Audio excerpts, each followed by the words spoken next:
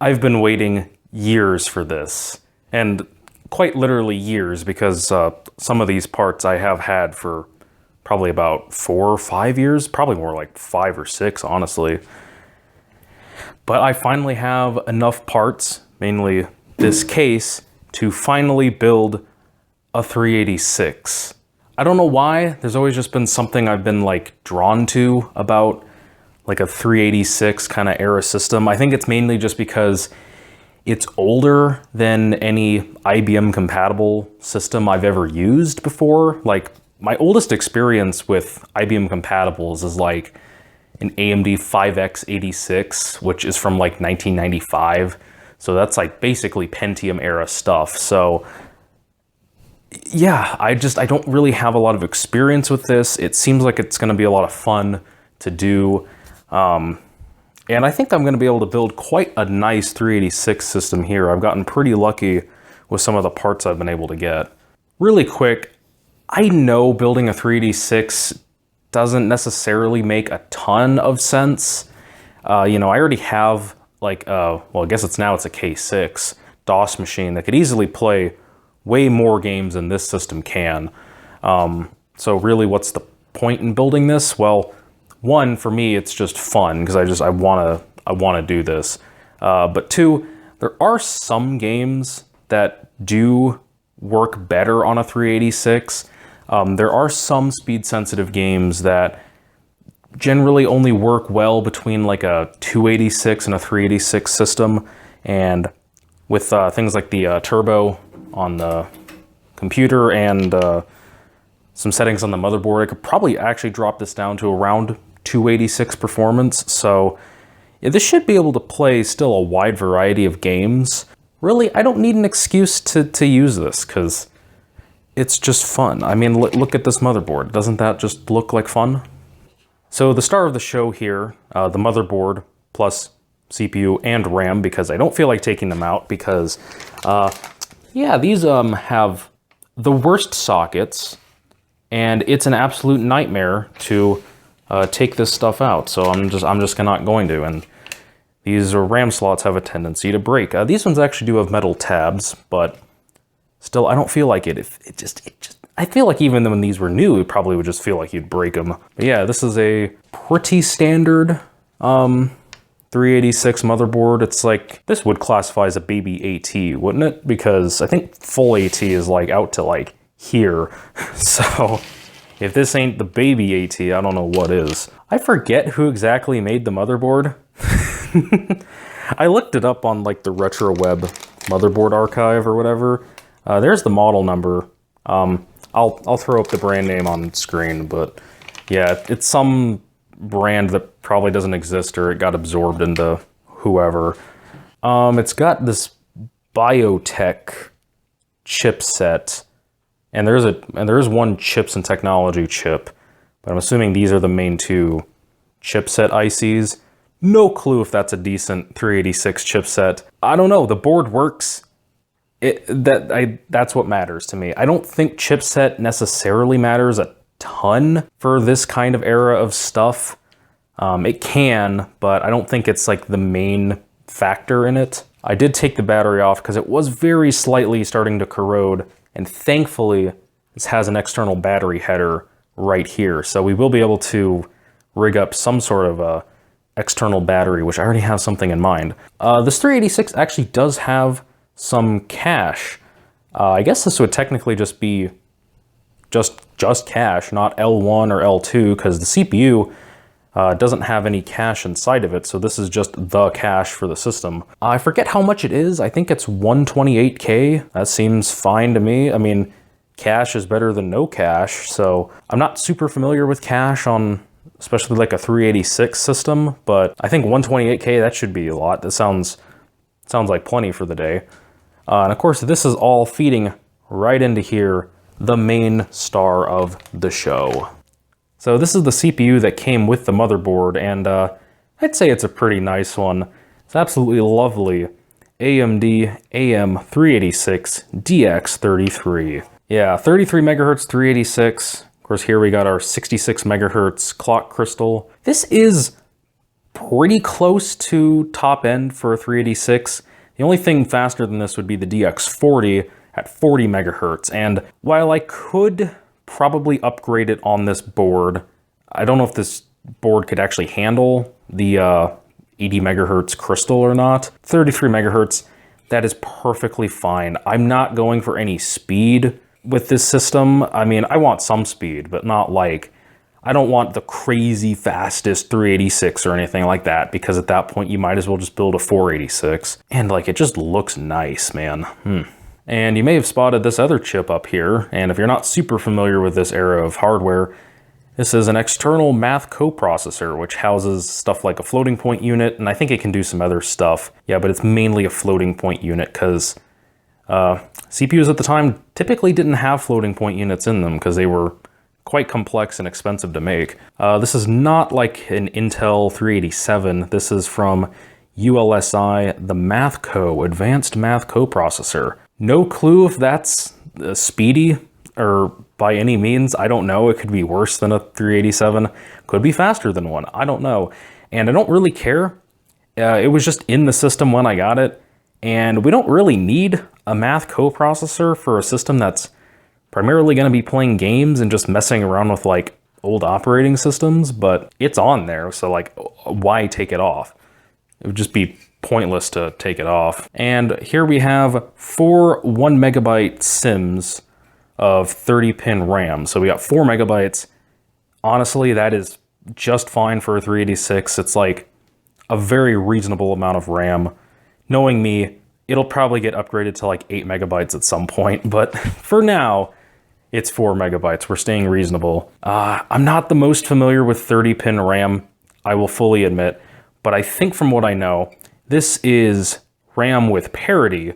The 2 chips are the actual RAM, and then 1 row of chips is for parity, which I think works in a similar sort of way to like ECC in the modern day. I could be wrong on that, but I think that's how it works, because you can buy RAM that doesn't have parity. If anyone has more information on that, I'd let me know. But yeah, I have no clue if certain systems need parity and if some don't, because if some don't, I may upgrade to 16 megabytes of RAM, because you can find non-parity RAM at higher capacities easier for some reason. And I might just get 16 megabytes just for the fun of it. And of course we have 4 SIMs because we need 4 SIMs, because if you don't know, on a DX processor for a 386, you actually need 4 RAM slots filled, because each of these sticks, I believe, is only 8 bits wide, and this is a full 32-bit data bus on the DX 386s. So you actually need to fill 4 slots at a time. Otherwise, the system just won't work. Ask me how I know. I thought the RAM I had was broken before. Turns out it wasn't. It was just, I only had 2 sticks of it. So you have to have 4 sticks for a DX 386. And for an SX, I think it's only 2 sticks, because that's only 16 bits wide. Again, I could be completely wrong on that, but if anyone knows better than me, I'm just saying things that I think I know are true. They probably aren't. Now, since basically no 386 systems have onboard floppy drive controllers, things like serial and parallel, I'm just going to be using this fairly generic, very average 16-bit ISA multi-IO controller. This has a WinBond chip on it. I guess that's good. I don't really care if it's not the speediest, because again, I'm not going for speed here, but yeah, very, very average serial, parallel. There's a second serial header there. Even has game port, and then a single IDE channel, single floppy channel. It's very basic, very generic, just very boring. For video card, we got this really kind of wacky looking video card. So despite this IO plate clearly being used for different versions of the card, this is just a very strange looking Sang ET4000AX. This is probably one of the best video cards you could get in ISA, I think just in general, but I know this is a very highly recommended card for like a 386 or like an ISA only 486. You can't tell because of this sticker is Prism Imaging Systems. I don't know who that is. It's whoever made the card, I guess. But yeah, there is a Sang ET4000 right under this label. I actually don't know how much video RAM it has. I completely forgot. It might be a megabyte. It'll probably tell me when it boots up, but yeah, it's either 512K or 1 megabyte. I think Prism Imaging Systems, this was probably some custom proprietary version of the card for whatever this system was supposed to be in. Probably for the reason that there's this edge connector up here. I believe this is just a VGA signal that you could tap into to plug into other things in the system. I'm pretty sure I've seen this on other video cards, and you could like hook it up to like video capture equipment and stuff like that. Now, at the time, sound was still entirely optional for PCs, and but considering that this is definitely a more later 386, you would definitely want some sound.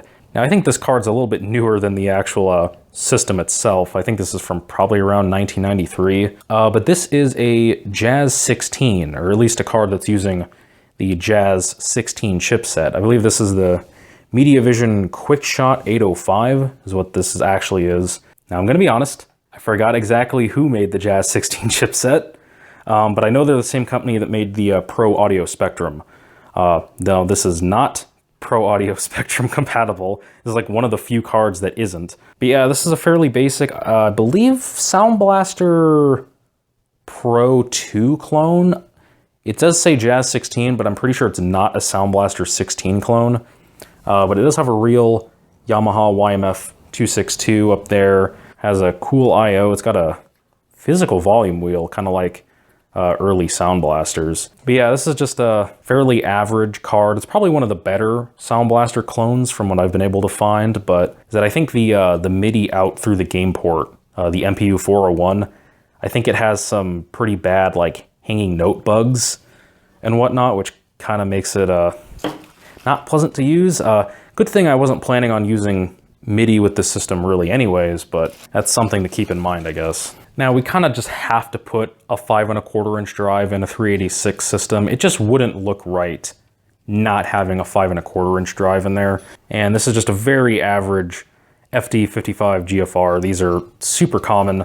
Well, as common as 5¼ inch drives are these days, because these things go for probably like 50 plus bucks on eBay, which is way more than I'd want to pay for a floppy drive. Yeah, this one works good. This is like the only fully functional 5¼ inch drive I think I have. And I pulled it out of my K6 system. And of course we need a 3½ inch drive. This is the one we're gonna be actually using most of the time. This is a Mitsumi, whatever that is. Yeah, it's a floppy drive, high density, 3½ inch, very average. Now, because I wanna make my life easier, we are going compact flash, which, yeah, I know. It's mainly for convenience and reliability, but I wanted to get a fancier adapter. So this is one that we'll just mount in the front of the case. And yes, it's black. I could paint this. I think the black will be fine on the front of the panel. I don't think that's gonna matter.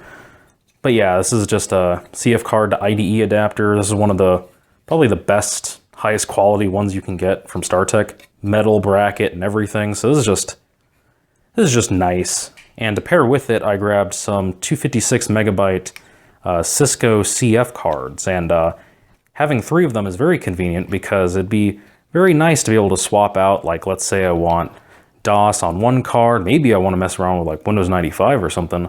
That can be on the other card, and I have a 3rd card just for whatever I want to do. So now we do, however, still need some spinning rust, because otherwise, I mean, what's going to make all the cool noises? And this is a Seagate ST3120A. I believe this is like 100-ish megabyte hard drive. I think it's from like the late 80s or early 90s, so it's like the perfect time period for this system. It does work. I think it sounds particularly nice. I would have made this the main drive, but who knows when this thing's gonna fail. CF cards are gonna be the primary drive. This will be the secondary, the slave drive. And I'll just put some stuff like games and other programs on here and leave the CF cards to like the OS and some other like more critical programs. But you'd need some hard drive sounds in a system like this. You can't just have it be silent. And finally, the case. Now, not having a case was one of the major things holding back me building all of this. It was just I didn't have a good AT case to put all this stuff in. I only had like 2 AT cases. Both of them are from like the mid to late 90s. They just don't really look the part, and they weren't really what I wanted. You know, certainly not really for a 386. And yeah, you can kind of finagle a AT motherboard into an ATX case, but then you still wouldn't really have the aesthetics. And I just happened to find, finally, this. This is probably the most perfect case I could have asked for, except if I had a desktop case. For a tower, this is perfect. I'd still really like a desktop case, but you know, this is still cool. I absolutely love the way this thing looks.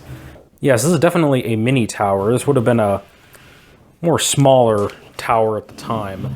Has a dual 5¼ inch and dual 3½ inch bays. Has an excellent, just absolutely excellent power switch. It's missing the key lock, and this is kind of a small hole for the key lock, so I don't think I'd be able to easily find one to fit in there. It's not that I would ever use the key lock or need it, but it's just a little sad that it's not there. Very satisfying turbo button. A reset button that I think is the perfect degree of being hard to press while also being not annoying to press. You will never accidentally reset the computer, but you don't have to try super hard to actually press it. It's not like some where you need to get like a pen out and like jam it in a hole to actually use the reset button. And it's not like some where it's like really easy to just brush up against the button and oh, now I've lost everything. And there is a case badge that's supposed to go here. I actually had to take it off while I was restoring the case. And unfortunately the case badge got damaged because I actually retrobrighted this case. You might have noticed this front panel looks especially very nice. And it's almost perfect. You probably can't really tell on camera. There's still some sun yellowing up here. But considering that I did this all with just like standard hydrogen peroxide and just like a couple days of retrobright, I think it actually came out looking really good. In fact, it might have came out looking a little too good because it's a little bit bright white. I don't know if I actually bleached it or not, but I'm fine with it. I think it looks fantastic. It's certainly way better than it looked before. It was dirty, it was dark yellow, and it was nasty. But I actually have a different case badge coming in the mail that we're gonna put there, and I think that's gonna look really, really cool. And finally, the most interesting thing about this case, you may have noticed that there's a port here on the front. Yeah, that's a 5-pin AT keyboard port. Why the heck is that on the front panel? Well, in the back here, there's actually a cable inside that comes out and you can plug it into the keyboard port on your motherboard. So for whatever reason, if you wanted to be able to easily plug and unplug your keyboard, I guess, you wanted it to come out the front, you can do that. That's super cool. I've definitely seen some other cases that do this, but it's not a super common thing. So it's just really neat to have. This case isn't in the best of condition. There is some paint damage, and I think the paint has faded some in color, but overall it's not too bad. Now I have no clue who actually made this case. Couldn't tell you for the life of me. There is a logo here on the back. It says made in Taiwan, and that's the logo. I feel like I've seen this logo maybe somewhere before, but I could not tell you what company that's supposed to be. Very common for a lot of these cases to be just kind of made by a lot of different Asian companies, and they'd have basically no branding really, and then they'd get sold over here in the West, and whatever company, system builder, or whatever would just slap their own logo onto it, and that'd be it. For example, this one had a Vision case badge on it. Couldn't tell you what company that's supposed to be. In fact, it might not even be a company. It could just be a product range. I don't know. Yeah, and this actually has the original AT power supply in it too. I know that because it matches the logo on the case. It's like a 200 watt something. I did plug it in and I did turn it on. It does turn on and didn't blow up. But I'm going to be completely honest. I really don't trust hardly any AT power supply. It's just my thing. I haven't checked the voltages. This thing might be totally fine. I'm just leery about using them. I've seen a lot of these go pop. I don't really want to take the risk. That's why I'm going to swap in a modern, or at least by modern I mean by 2008, modern ATX power supply. And this is from Delta, so it's a brand that I very much trust. I've never had a Delta power supply fail me yet. And there's not a wide selection of connectors here. We got 20 pin, which I'll explain that in a minute. Of course, we don't need 4 pin. Only has 2 Molex, and 2 SATA is useless for us. So 2 Molex and a floppy, but this will actually work out because I have an adapter. So really, we don't need that many of these connections to begin with, so it's fine. This is a 300 watt power supply, and it can do 160 watts on the 5 volt and 3.3 volt rail, so that is absolutely plenty for what we need. That sure as heck is not a 20 pin ATX connector. We're gonna need some sort of adapter, and I'm just gonna be using one of these adapters I've had for a while. This is an ATX to AT power adapter. This is just the on and off wires that just short together these 2 pins on the ATX power supply that tells it to turn on. If you've ever done the paper clip trick, that's literally all this is doing. Maybe notice this one looks a little bit weird. That's because this actually has a negative 5 volt mod done to it. ATX power supplies basically never have negative 5 volts supported in them. In fact, I don't even know if there's pins technically for it. On some systems, you do need negative 5 volts. I don't know if anything in the system was going to actually need it. Maybe the sound card might, but yeah, this is just a handy adapter.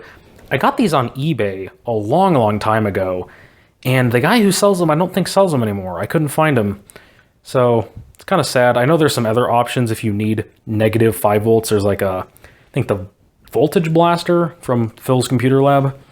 We have to do something about the CMOS battery because, frankly, the computer is going to be nearly unusable without one. And of course, I don't mean like literally unusable. I just mean the fact that we don't have the battery in there. We're just going to be constantly losing all the settings, and especially on a system like this, you're going to be losing all of your hard drive parameters and typing that in every single time that you turn the computer on. Yeah, no. Of course, I could get a direct replacement for the original lithium barrel battery, but that has several disadvantages. One is that they're kind of pricey. The second thing is that I'd have to either solder it directly to the board or find some sort of battery holder. And 3 is, of course, it's probably just going to leak again. And especially if I put it right here on the board, it's just going to leak onto the board. Not a great solution. However, thankfully, a lot of motherboards at the time have an external battery header that's right here. Now, this external battery header right here, from what I've read, most of these external battery headers are expecting between about 3.5 to 6-ish volts. It doesn't seem to be very specific, and frankly, that seems like a very large voltage range for this to be safe and work, but apparently it's fine. I think you might even be able to get away with like 3 volts, which means you could put in like a CR2032 onto here somehow. Although I think that can sometimes have issues and you can lose settings sometimes, so that's not the greatest solution. The greatest solution for me would be just normal alkaline batteries. I have here some 3 AAAs, and these are 1.5 volt each. Same with AA's. Those are also 1.5 volts. Obviously, these are cheap, or well, relatively cheap. I mean, have you seen the prices of batteries these days? Good Lord. Now, I could just go buy a 3-cell battery holder off like Amazon or eBay or something, but I'm cheap, and I realized I had a better solution. So I have this old broken flashlight. This thing is literally like from Dollar Tree, but it conveniently has a 3-cell AAA battery holder. So what we can do is we just load in our batteries here. Now, I am going to probably replace these AAA batteries fairly soon. This is more just like a temporary to get us off the ground kind of thing, because when I got these out of the package, I realized most of them are leaking. These are like some of the few that I managed to find that were in decent shape, which just like, oh, that's aggravating. These are supposed to be good till 2027. And most of them were leaking. Granted, yeah, we've had them for a while, but like, it's like 4 years short of when these are supposed to, you know, go bad. Way to go, Costco. So I got the soldering iron ready because I found this, this cable that I think was meant for like CD audio or something, and was already, the connector was already partially destroyed, so I'm fine with just snipping this off and reusing this. Now, of course, we need to make sure that we know which pins here are ground and which pin is actually supposed to be for the positive. So you just take a multimeter and just do continuity test. And you can just touch anywhere that would be ground, like the shielding on this keyboard connector. So that one's not going off at all. Okay, so that one's ground. Okay, so these two left ones here are both ground. This middle one right here has just no pin in it at all. And so this one is going to be for the actual positive voltage.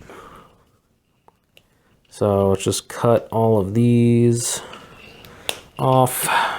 She ain't the prettiest, and the tabs kind of pulled away from the plastic some, but that should do the trick. All right, let's get building.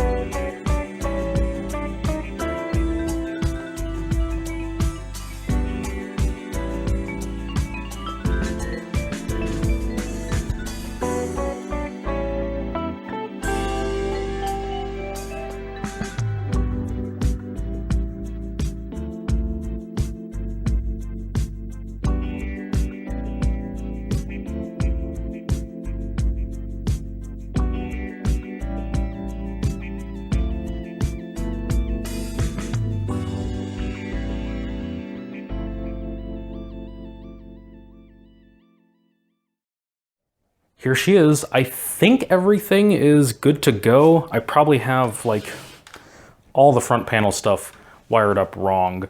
And I need to put a compact flash card in there. And if you're wondering, yes, I mounted the battery with duct tape in there. Personally, I think it's fine. I put a layer of duct tape underneath it. That way, if the batteries ever leak, they leak onto the duct tape first instead of the case. So hopefully that works. Stick in a compact flash card so we can verify that the reader works. All right, so this is genuinely my first time throwing the switch. Haven't done it at all yet, so here we go. Power LED is fine. Ooh. Yes. CMOS battery state low. Okay. I guess it's expecting, maybe it's expecting 6 volts. It's a little strange. And oh, yeah, this card actually has a megabyte of VRAM. That's pretty cool. Yeah. Wasn't really expecting it to say the battery is low. I'm just gonna set the date, turn the computer off, and see if it saves. Oh, it did not like that. Oh, I went too far. All right, I'm just gonna set the date and see if it saves it. Man, that's fast for a BIOS. I've never seen a BIOS usually go that fast. Some other issues I'm noticing right off the bat. Definitely wired up the drives wrong. Oh well. And apparently we have only 64K of cache, so I thought it was 128. Guess I was wrong, but not the end of the world, I guess. Well, it looks like it saved it, so battery's probably fine. I'm gonna mess around with this later, and in somewhere that's not the garage, because it's hot in here. I'll deal with this later, but just, oh, I'm so excited. Gotta fix all that, but yes.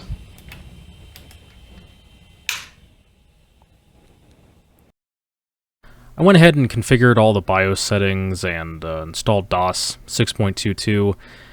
Wasn't really anything of note. Installation and everything was pretty smooth. Sorted out the floppy drives and I had to reconfigure some of the IDE settings, but other than that, everything pretty much just worked out of the box. I was able to install the sound card drivers fine, and yeah, basically just everything worked. I was able to jump right in, start playing games, run some benchmarks.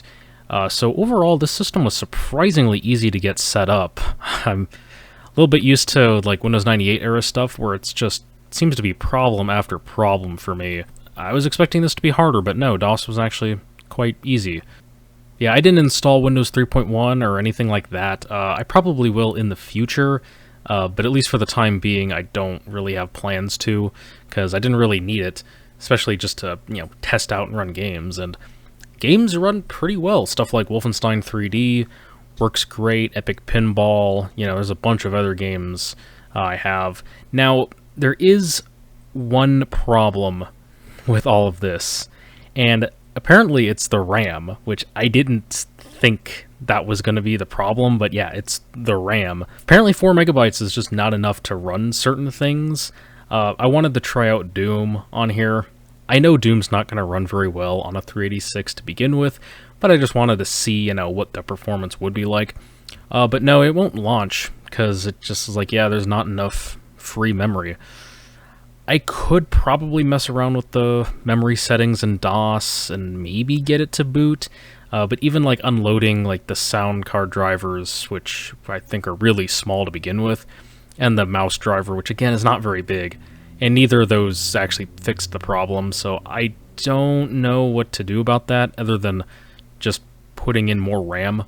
I also ran into the same problem with SimCity 2000, so it's not just isolated to Doom, so I don't know what other games this would affect. Yeah, I'm thinking a RAM upgrade is probably due soon. So I know this whole video was kind of disjointed. I didn't really have a whole plan on what I wanted to do. Hopefully I've been able to edit it down into something halfway reasonable that isn't like an hour plus long. As for the actual build itself though, I'm very pleased with it. I really don't have any complaints, especially this badge. This badge really completed it. There's really not anything that I want to do with the machine, except probably upgrade the RAM. That's the one thing that I think I'm going to do, because I thought 4 megabytes was going to be enough, and in theory it should be, but we had problems getting Doom to launch. I couldn't get SimCity 2000 to launch either, so I don't know what the problem there is. It's just running out of memory, which should be enough memory, and I think DOS is just taking up too much RAM. There's probably some memory settings I could mess with to maybe get it to kind of work. Or the easy solution is just to double the RAM. And I'm pretty sure I already have 4 more 1 megabyte sticks that are very similar to the ones already in there. In fact, I think they're the same speed even.